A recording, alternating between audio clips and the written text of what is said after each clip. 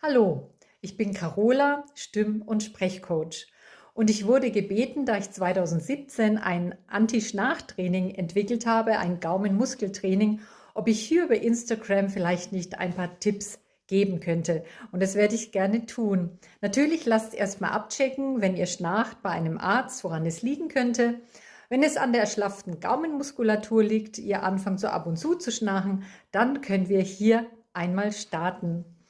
Mein erster Tipp für euch heute ist, während ihr mir zuhört, guckt doch mal, wie eure Mundstellung ist. Ist der Mund geschlossen oder leicht auf?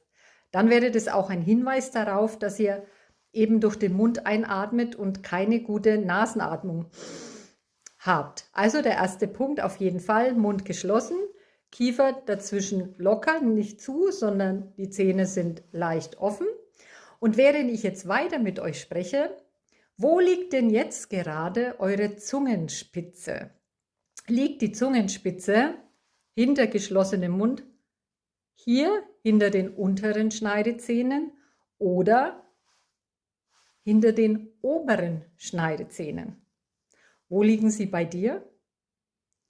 Liegen sie hinter den oberen Schneidezähnen? Dann bist du richtig. Liegt sie unten, müssen Sie wir nach oben trainieren. Und zwar meine erste Übung an euch.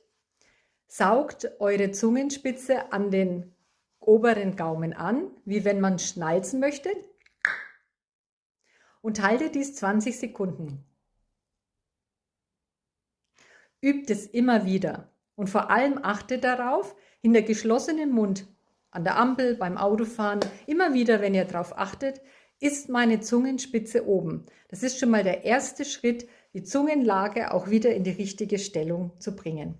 Okay, probiert es einfach mal aus. Ich gebe gern weitere Tipps. Ansonsten bis bald. Tschüss, eure Carola.